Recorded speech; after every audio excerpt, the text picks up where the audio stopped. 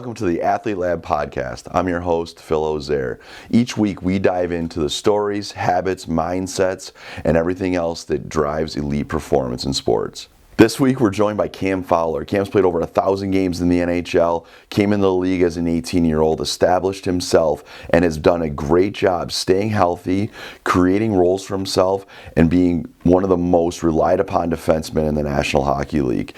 He talks to us about what it's taken to stay with that sustainable career. He talks to us about the mental side of it, about the family side of it, and also all of his time in international hockey. Cam's a true professional. We're honored to have him train with us every day at the Athlete Lab, and it was great to sit down and spend some time hearing what he's done to make himself who he is. Let's dive in.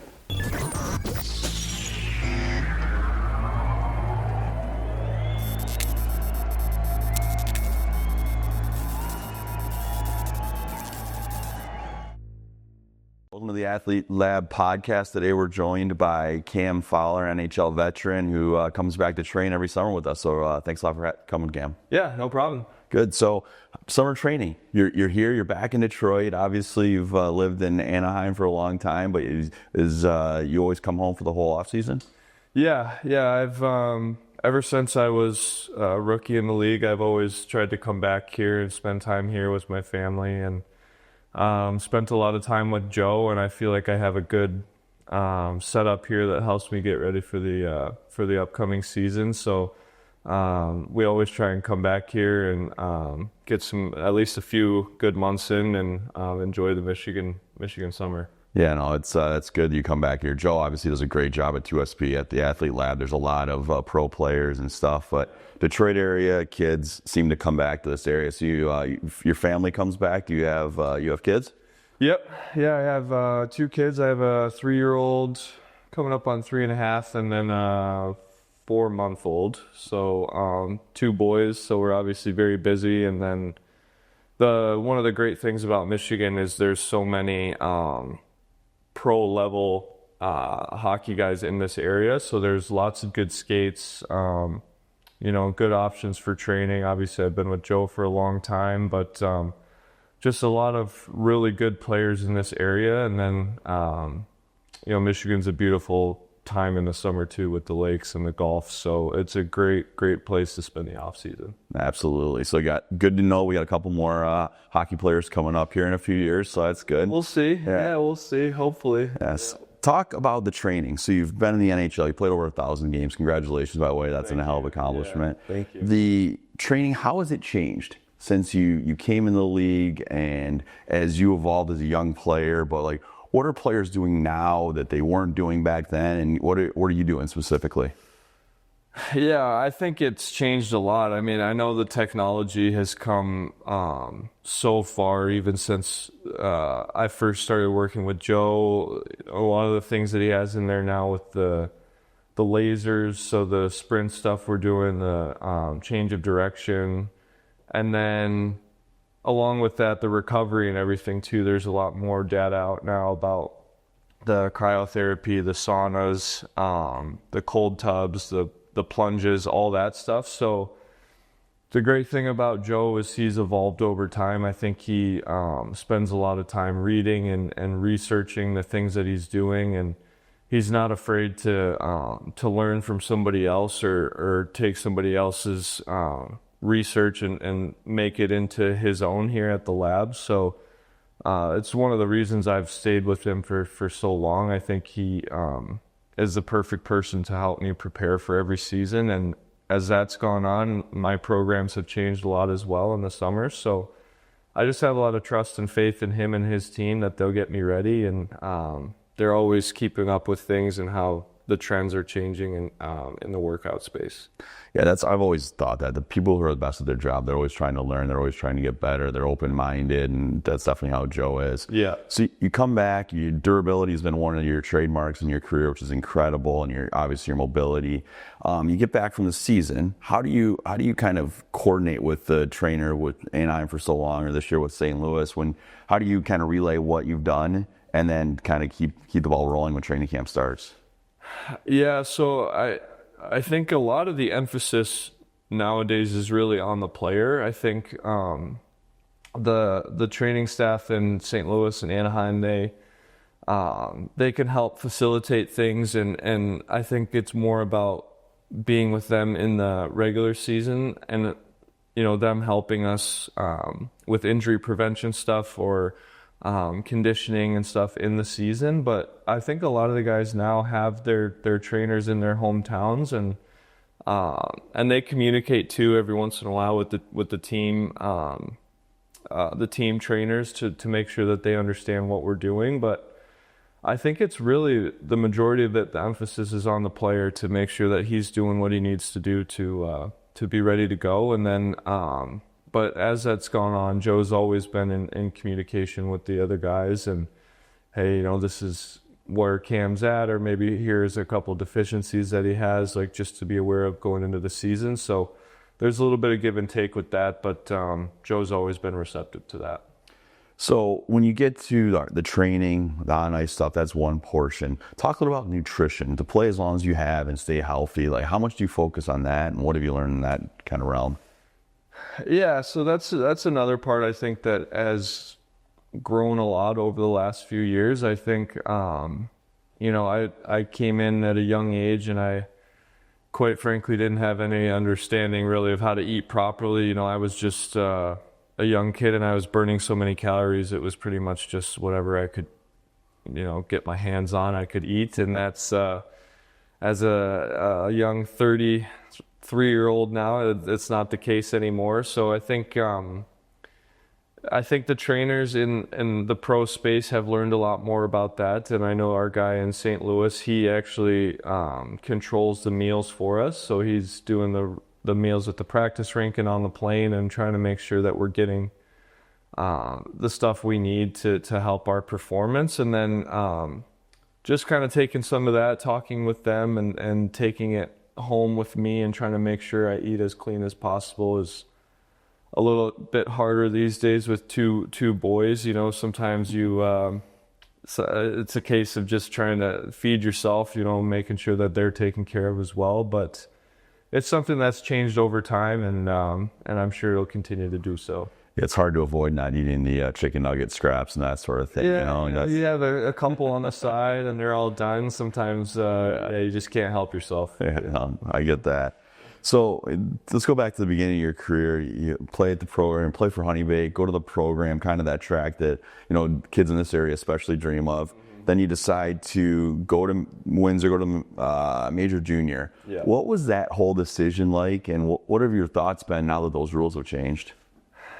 Yeah, I mean, that to this day was still one of the hardest decisions I've had to make. I really, the majority of my life growing up playing hockey, the main goal was to get a D1 scholarship and have the opportunity to play NCAA hockey, and grew up a huge Notre Dame fan, so I committed to them at a young age. And then I think as time went by, I think I learned a lot more about the OHL route, and obviously things changed for me as well. Like, I realized a little bit later maybe the potential I had to try and take this further into a pro career. And at that point, I just felt like Major Junior, especially because I had another year to play before being drafted, I just felt like it set me up a little bit better for the pro schedule. And the second part of that is I think things have changed pretty dramatically here with these kids now, where you can play Major Junior and then you can go the college route. I think it's going to be interesting to see how it all shakes out here. It's way different than when I was growing up and I had those hard decisions to make. But, I think you'll see a lot of really top-end talent playing NCAA now, which isn't a bad thing. But I'm interested to see over the next few years kind of how the landscape of especially the USHL and the NHL, how they're affected by that. Yeah, it's a whole new world. It's good that players have choices, and that must have been a tough choice coming from here. But you guys go on and win a Memorial Cup. What was that experience? That must have been awesome.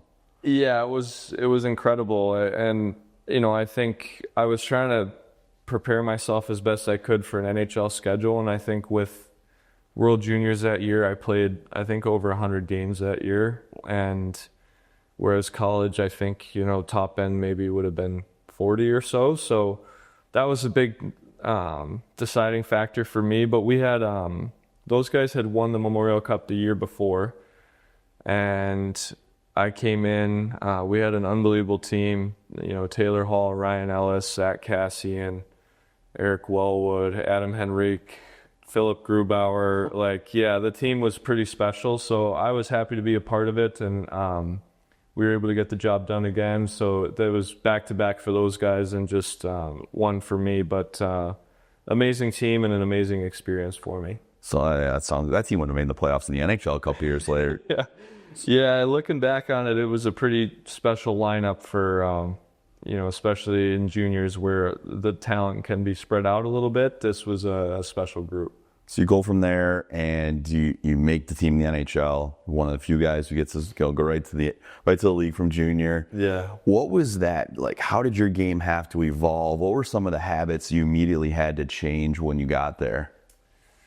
Yeah, well, there's a huge learning curve going from juniors to the pro level. I think everyone says that the young D-men are the ones that are really affected by that. So I really had a lot to learn. There was a lot of things that I could get away with in minor hockey and junior hockey that I just could not get away with in the pro game. So and I think it was more about kind of completing my game in a 200-foot sense. The offense and stuff was always something that was there growing up, and I really needed to learn how to defend properly in pro hockey against the best players in the world and guys who were physically and more mature than I was at a young age. So there was definitely some lows where it was hard, but I had great support, teammates, coaches, but it took me probably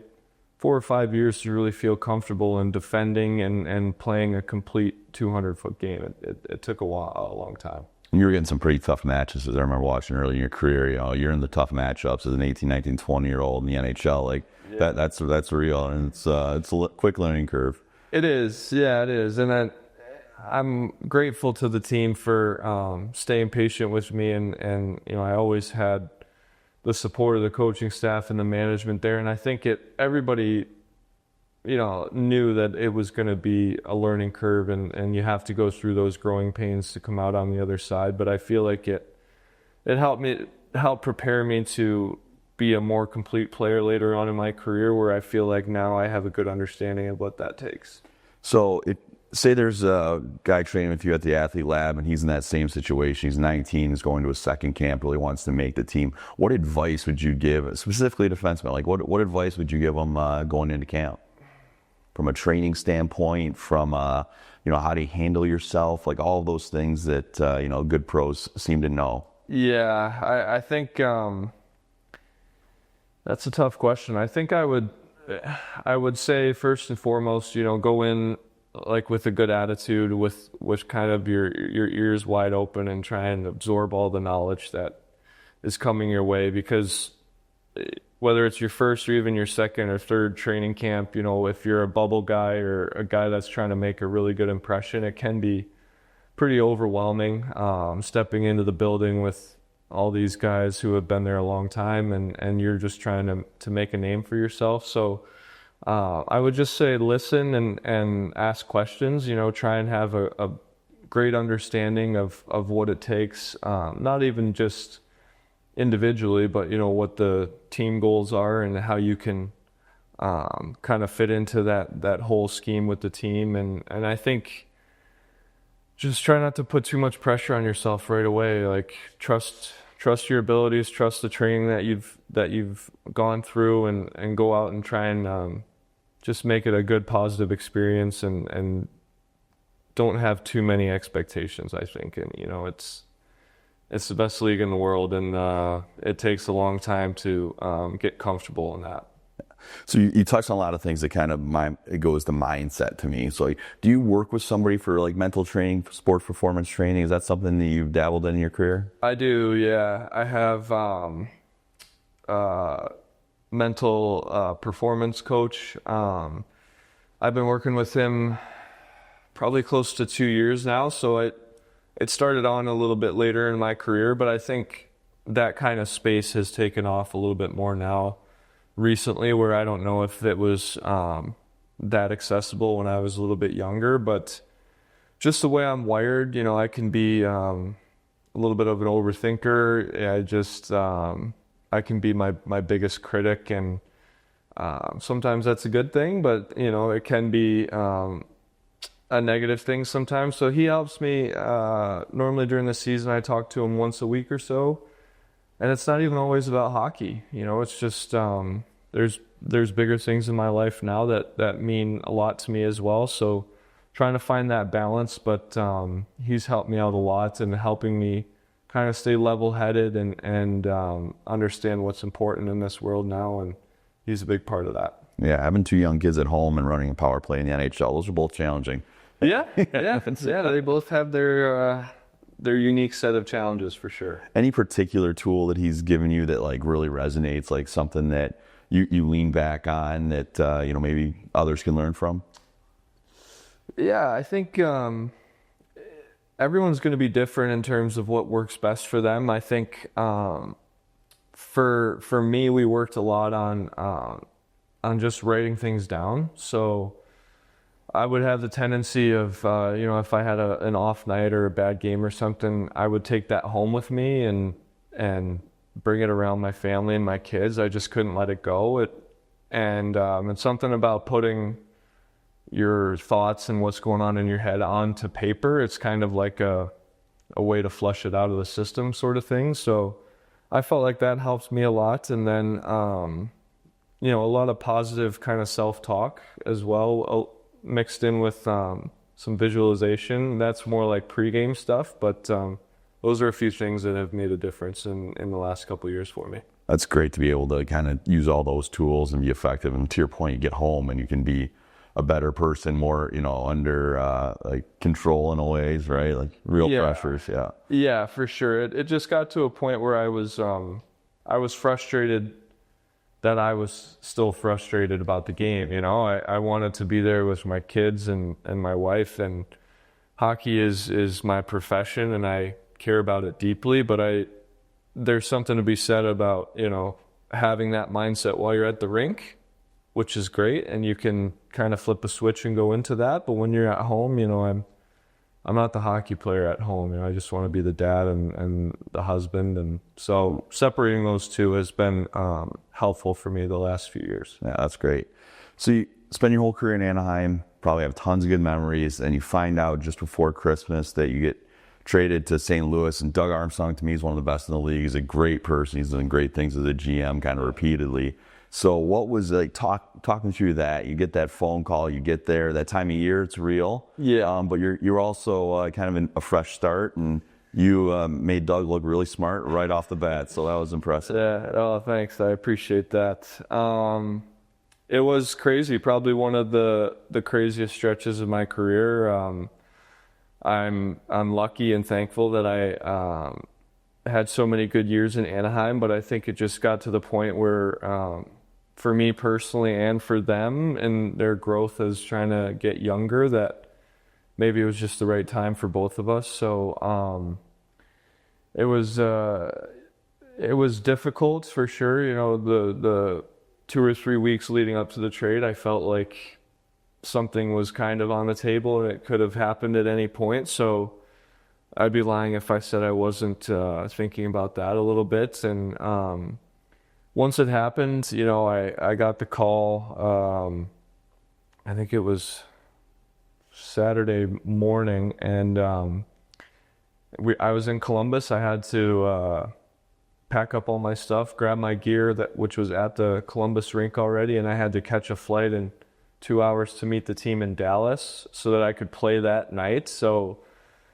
you know, I had 14 years in Anaheim, and in a matter of a couple minutes, you know, I'm a Blue and I'm playing for the Blues. It was just like a crazy set of circumstances for me, but almost good that it kind of helped me just get used to things, because I was thrown into it right away. You know, I was meeting the guys, I was meeting the team, and then all the stuff away from the rink trying to get my family to St. Louis. My wife was 7 months pregnant at the time. I was living in a hotel for a month trying to find the house. So there's so many things that go on in the background with a player when something like that happens. But luckily everything worked out, and we had a good year. It didn't end the way that we wanted it to, but personally I felt like it gave me a little jolt in the back end of my career, and proud to be a Blue now, and looking forward to this next upcoming season. Just the middle of your career, man. You're still young. Don't say back end. Yeah. Hopefully not back end, Yeah. but I'm not getting any younger. Was there anyone on the Blues that you kind of had a relationship with, you're able to gravitate to right away, or is it more you knew some guys but didn't really have that kind of one guy you could go to? Yeah, no, it was. I didn't have any like long-lasting, solidified guys in the locker room that I knew really, really well.